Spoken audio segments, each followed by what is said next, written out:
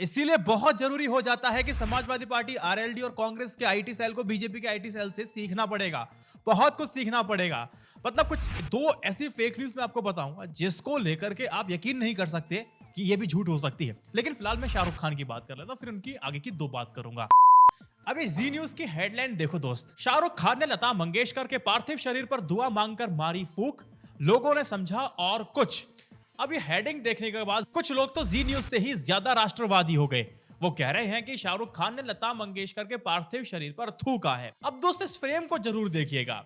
लता मंगेशकर के अंतिम संस्कार के मौके पर शाहरुख खान वहां अपनी सेक्रेटरी पूजा ददलानी के साथ पहुंचे थे। एक और जहां शाहरुख खान हाथ दुआ के लिए उठाए हुए थे, वहीं पूजा ददलानी हाथ जोड़ करके लता जी को श्रद्धांजलि दे रही है। फिर था क्या, सोशल मीडिया पे लोगों ने ज्ञान देना शुरू किया।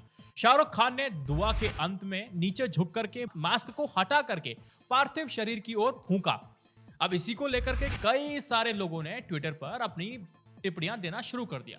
अब एक बहस बन जाती है बहुत लंबी चौड़ी। एक व्यक्ति है बीजेपी हरियाणा के आईटी सेल के प्रभावी अरुण यादव के ट्वीट इस विवाद को एक और हवा दे दी। उन्होंने श्रद्धांजलि देते शाहरुख खान का वीडियो शेयर करते हुए लिखा कि क्या शाहरुख खान ने थूका है। अब इस पे लेके कई सारे वेरीफाइड ट्विटर अकाउंट्स ने क्लास इनकी लगा दी। एक दूसरा तबका था जो कि उसी फ्रेम में जो ददलानी दिखाई दे रही है, पूजा ददलानी की तस्वीर को भारत की असली तस्वीर कहकर के तारीफ कर रहा था। मतलब इन फोटोज को देखने के बाद मिक्स्ड ओपिनियन इन सब लोगों के थे। लेकिन इसी बीच रुबिका लियाकत ने भी एक ट्वीट किया। रुबिका लियाकत ने कहा कि अरुण जी, इसे थूकना नहीं, फातिहा पढ़ना कहते हैं, दुआ पढ़ करके फूकना कहते हैं, थूकना नहीं कहते हैं। अब जरूरी है आपको यह समझना कि फूकना क्या होता है। तो दोस्तों, मुसलमानों में ये एक आम तौर पर एक रिवाज होती है। किसी की मौत पर या फिर किसी और के मौके पर भी फूंक कर दुआ पढ़ी जाती है। यहाँ दुआ मुसलमानों के पवित्र धार्मिक ग्रंथ कुरान शरीफ की आयतों में होती है। किसी की मौत पर पढ़ी जाने वाली दुआ में दिवंगत की आत्मा की शांति के लिए दुआ मांगी जाती है। इसके अलावा किसी की लंबी आयु, जीवन में सफलता या फिर अन्य बातों के लिए भी दुआएं पढ़ी जाती हैं। ये होता फूकने का मतलब। दुआ पढ़ने के बाद पढ़ने वाला जिस किसी के लिए दुआ करता है, अगर वो पास में होता है तो उसके सामने जा करके फूकता है, जिसको दुनिया इस समय थूकता कहता दिखाई दे रही है। अगर थोड़ा कॉमन सेंस भी लगा दे तब भी आप कहते कि यार ऐसा नहीं, हमें खुद रिसर्च करनी चाहिए। अब मैं आपको वो दो खबरें दूंगा जिसे आप आज तक सच माने हुए हैं, लेकिन इससे बड़ा कोई फेक न्यूज अपने इतिहास में हो नहीं सकता। देखो, आपको एक नैरेटिव आपको याद होगा जिसमें कहा गया था कि देश के संसाधनों पर पहला हक मुसलमानों का है। किसने कहा था? प्रधानमंत्री डॉक्टर मनमोहन सिंह, जो पत्रकारिता की फील्ड में है। वो भी इस वाले बयान को लेकर के फैक्ट चेक नहीं कर पाए थे, लेकिन अब फैक्ट चेक हो चुका है, जो कि एक लल्लन टॉप ने किया है। और लल्लन टॉप ने पाया कि डॉक्टर मनमोहन सिंह ने ऐसा कुछ भी नहीं कहा है और उसके रिलेटेड कोई भी वीडियो नहीं मिला है। लेकिन हाँ, खोजबीन में बात पता चलती है कि मनमोहन सिंह का ये जो कथित विवादित जो बयान है, ये 15 साल पुराना है। 9 दिसंबर 2006 को उन्हें बतौर प्रधानमंत्री नेशनल डेवलपमेंट काउंसिल को संबोधित किया था और उसी के बाद एक कथित बयान चर्चा में आया था। उस समय प्रधानमंत्री विकास परिषद के डिफैक्टो अध्यक्ष हुआ करते थे। इस हैसियत से बैठक में डॉक्टर मनमोहन सिंह ने भाषण दिया था। अब जब उनके भाषणों का वीडियो देखा गया तो वो वीडियो नहीं मिला, लेकिन उनका लिखा हुआ भाषण जरूर मिल गया था, क्योंकि प्रधानमंत्री का हर भाषण पीएमओ में सुरक्षित रहता है। अब प्रधानमंत्री का यह कथित बयान, उस भाषण के एक अंश को संपादित करके निकाला गया।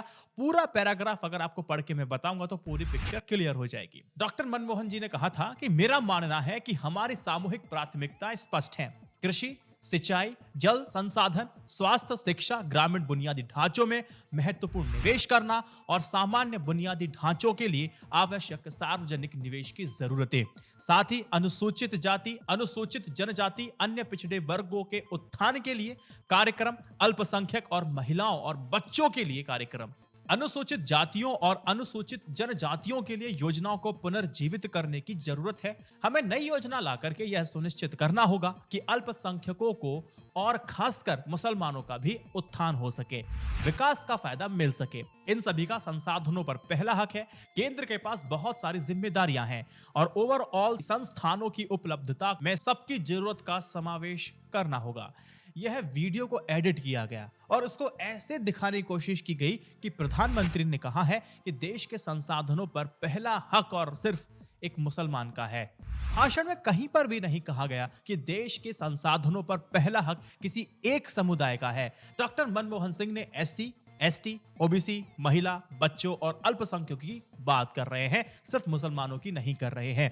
उन्होंने उसी संदर्भ में कहा था कि संसाधनों पर पहला हक उनका होना चाहिए, जिनमें मुसलमान भी शामिल हैं। वो समूचे वंचित तबके की उत्थान की बात कर रहे थे, लेकिन फेक न्यूज का जो नैरेटिव है दोस्त, इसने बहुतों की दिमाग खराब किए हुए थे। अब मैं दोस्तों आपको दिखाना चाहता हूं एनडीटीवी का 2010 का एक वीडियो अभी भी इंटरनेट पर मौजूद है, जिसमें मनमोहन सिंह कहते सुने जा सकते हैं अंग्रेजी में, we will have to devise innovative plans to ensure that minorities, particularly the Muslim minority, are empowered to share the fruits of development. These must have the first claim on the resources. ये भाषण 2006 का था, लेकिन NDTV और बहुत से website पर ये बयान 2006 का दिखने वाला बयान, कहा गया बयान 2010 में छापा गया था। वहीं देखा जाए तो टाइम्स ऑफ इंडिया में 9 दिसंबर 2006 को ही एक खबर छपी है हेडिंग के साथ, Muslim must have first claim on resources PM. यह हिस्सा ज्यादातर मीडिया की वेबसाइट पर आज भी मौजूद है, लेकिन पूरा पैराग्राफ किसी भी खबर में नहीं है। कितना भी वेब पोर्टल आप देख लीजिए, तमाम वेबसाइट पर इससे जुड़ी खबरें हैं कि मनमोहन सिंह ने ऐसा कहा,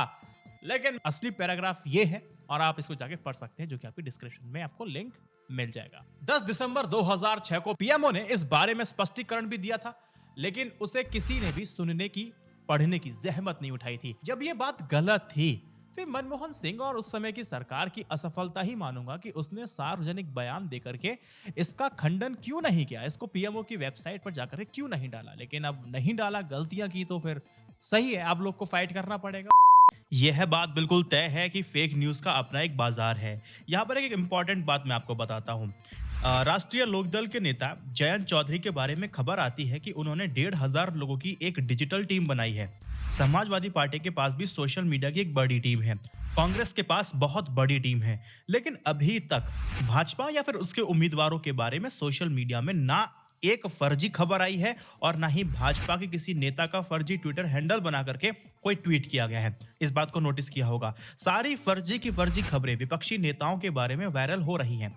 विपक्षी नेताओं के ट्विटर हैंडल फर्जी बना करके उससे फर्जी ट्वीट किए जा रहे हैं। जाहिर है कि विपक्ष के नेताओं को भाजपा की आईटी सेल या उसके समर्थकों से कुछ सीखना चाहिए।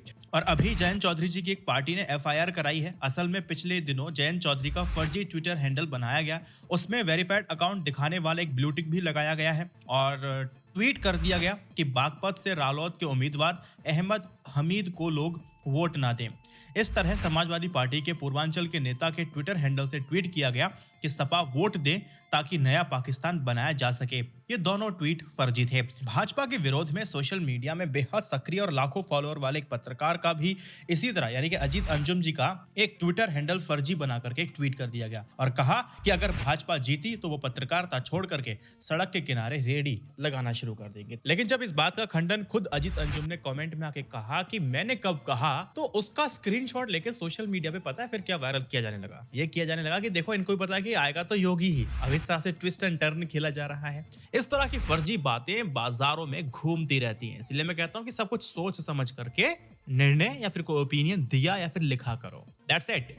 एक और मैं आपको न्यूज बताता हूं जो कि अटल बिहारी वाजपेयी को लेकर कही जाती है। जितने भी इतिहासकार हैं, हमें तो ये लगता था पढ़ते पढ़ते कि शायद हाँ कहा होगा।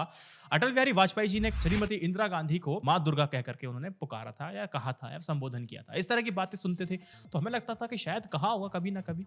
लेकिन अब यकीन मानिए दोस्त, अटल बिहारी वाजपेयी जी ने कभी नहीं कहा, लेकिन फिर भी जो कांग्रेसी हैं वो इसको लेकर प्रचारित करते हैं कि मां दुर्गा इंदिरा गांधी जी को लेकर के उन्होंने संबोधित किया था। इस वीडियो को 3 व्हाट्सएप ग्रुप पर शेयर कीजिएगा। जय Hind, Vande Mataram, stay updated, stay educated, सत्यमेव जयते। नमस्कार।